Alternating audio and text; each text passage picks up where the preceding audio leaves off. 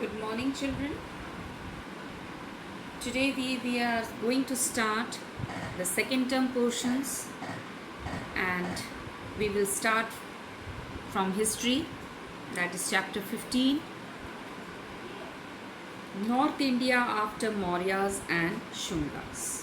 Means what was the condition after the Mauryan rule and Shunga's rule? After that you also came across Kanva dynasty. So what was the condition of North India after Shungas? The power, when it came in the hands of Shungas in North India, at that time only there were number of foreign invasions like of Indo-Greeks, Sakas, Parthians in the north after the fall of Shungas. Kalinga, that is modern Orissa, and Andhra Pradesh after that became independent. Kushans, the invaders, made India their home and settled here.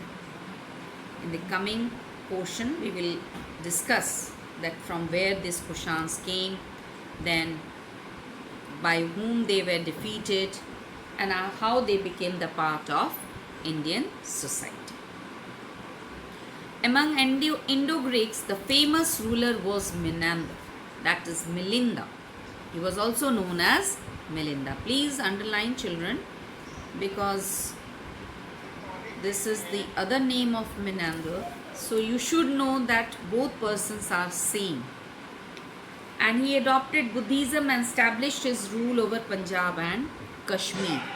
He ruled over the province of Gandhar, and his coins have been found in many parts of North India. Indo-Greeks, what significance or what contribution of Indo-Greek rule was there in India? They were the first to issue gold coins in India. They also introduced Hellenistic art in northwestern frontier of India, and that is only known as Gandhara art. So these were the main contribution of Indo-Greeks. The second Indo-Greek ruler was Heliodorus. Here is Heliodorus. Please underline that and learn the spelling. Now, what was the difference between the Indo-Greek ruler Menander and the next Indo-Greek ruler Heliodorus? The first difference is that he followed Buddhism and Heliodorus followed Vaishnavism. And he built a grain Dhwaj pillar at Base Nagar. The contribution of Indo-Greeks was manifold. It was in various areas, in many fields they contributed. First was Natya Shastra. Natya Shastra means classical Sanskrit theatre. What does this mean? Classical Sanskrit.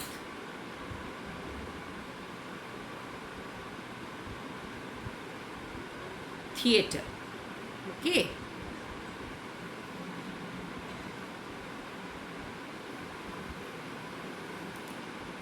Coins, because they were the first to introduce gold coins in India, sculptures, philosophy and trade.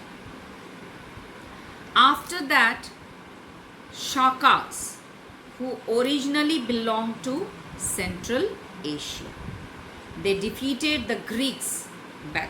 Bactrians were also known as Greeks and entered India. So how did they enter India, Shakas? By defeating the Greeks. They defeated them and entered India, and Shakas were divided into 5 branches and established their rule in Punjab and Afghanistan. Their capital was Takshila, and you know the one branch of Shaka was powerful in Upper Deccan area. In Upper Deccan area, the one branch of Shakas were very powerful, and here their Shakas set up their capital at Takshila, which is now named as Rawalpindi, and this place is now at present in Pakistan. And one of the great ruler of Shakas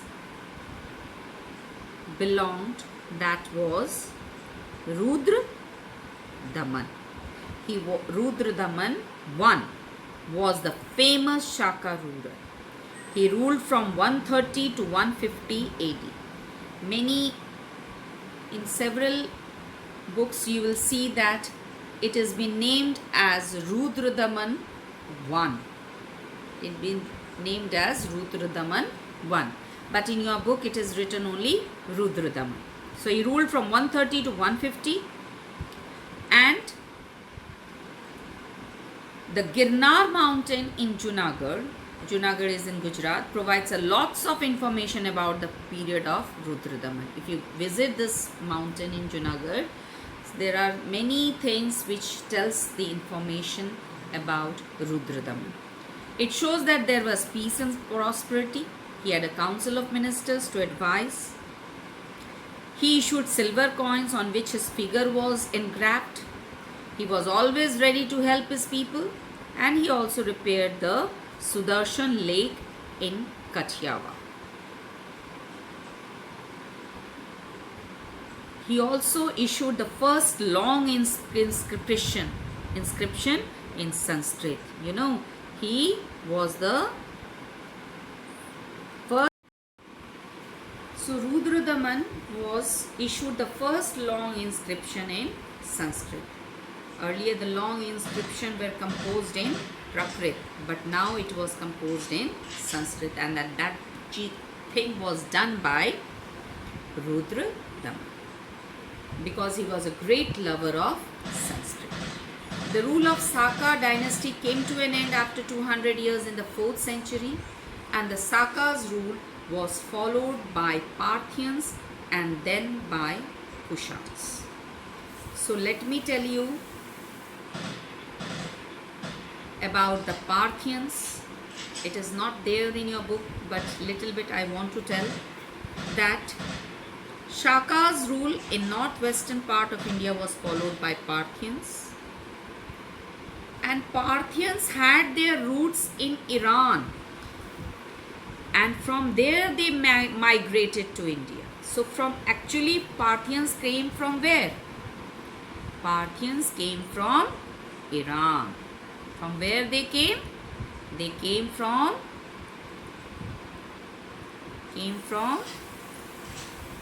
Iran.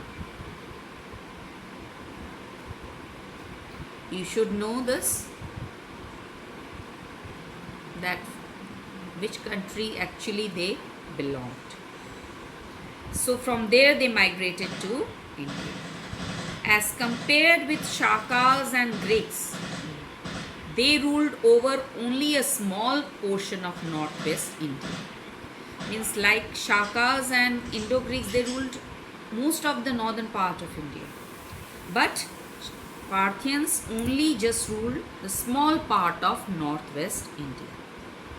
And the most renowned Parthian king was Gondophares, in whose region St. Thomas came to India to propagate Christianity. St. Thomas is very famous for promoting Christianity in India. And that time the important Parthian king was Gondophares. It is not there in your book. It is just for your knowledge. I am telling you. I am sharing this to you. So after Parthians, who succeeded? Kushans. Now Kushans occupies a very important place in Indian history. Kushans occupies a very important place in Indian history. So Kushans were also known as Tocharians. They were also known as Tocharians and Yuchi. They were also known as, one is there in your book, Yuchi, and they were also known as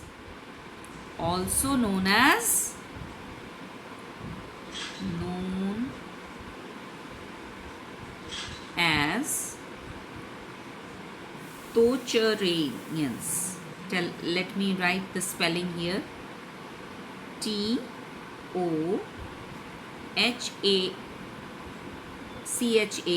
Tocharians. How will you pronounce, children? Tocharians. Okay. And Yuchis. So Kushans were also known as Tocharians and Yuchi. And this Yuchis were divided into 5 clans. This Yuchi was divided into how many clans? Clans mean groups. It was divided into 5 clans. And Kushans were one of the clan. So this Yuchi was divided into 5 clans, and Kushans were one of the clans, right? So they were defeated by Huns. Actually, the Kushans belonged to the kings of Western China, but they were defeated by Huns there, so they migrated towards India and settled in Afghanistan after defeating the Shakas.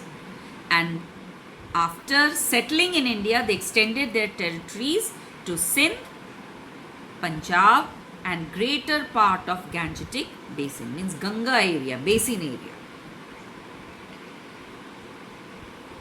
So let's come to the next, that who was the important Kushan ruler. Kanishk was the important and very famous Kushan ruler, and he occupies a very important place in Indian history.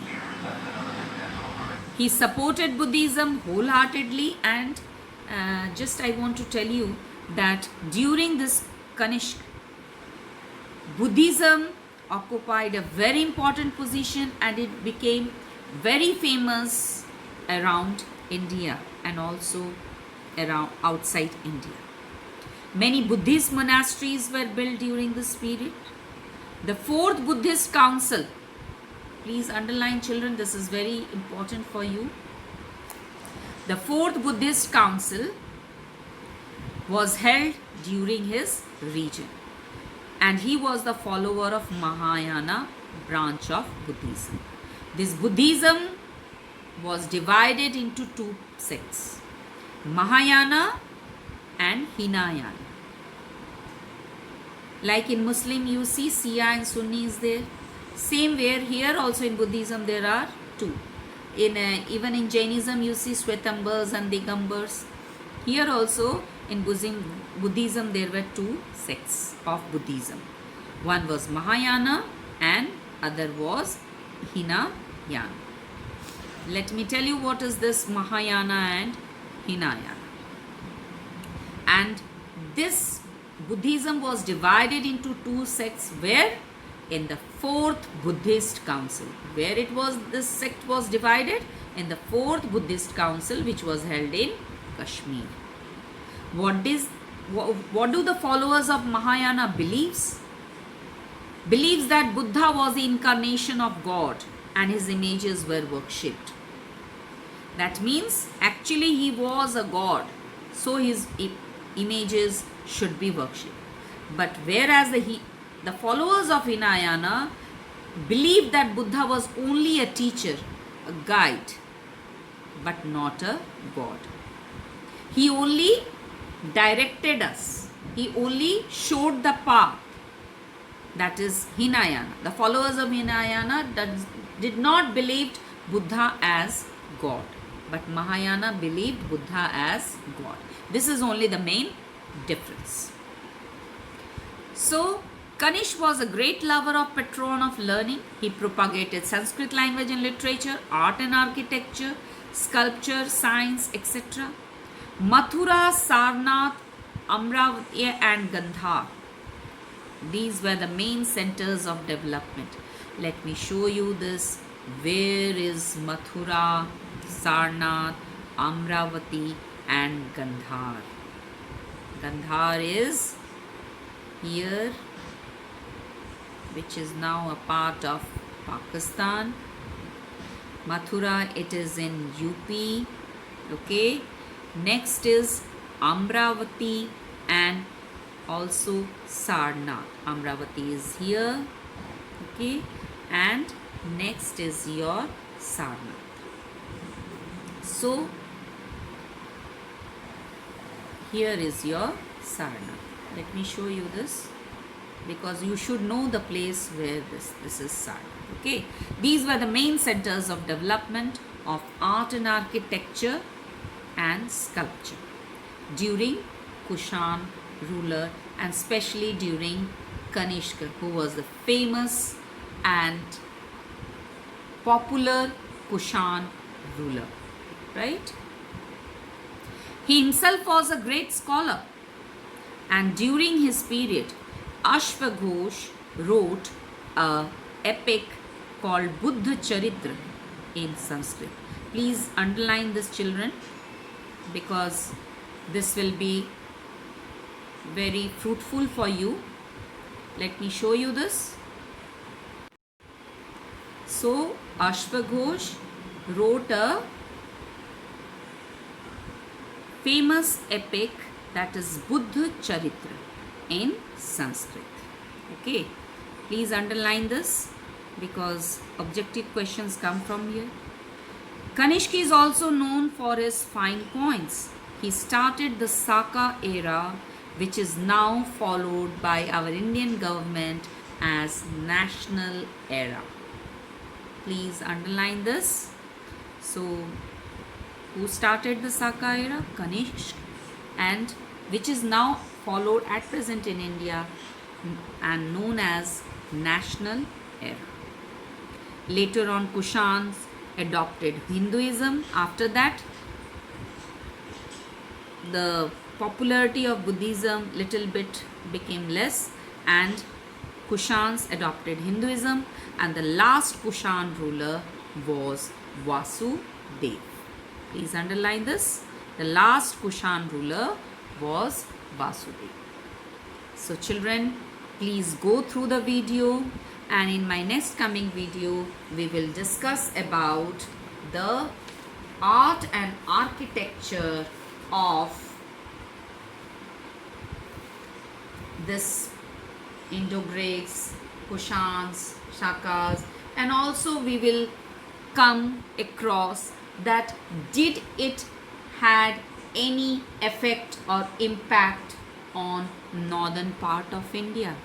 Did the contribution of Indo-Greeks, Shakas, Parthians, Kushans had an impact in North India, in society, towards people? Was there any impact?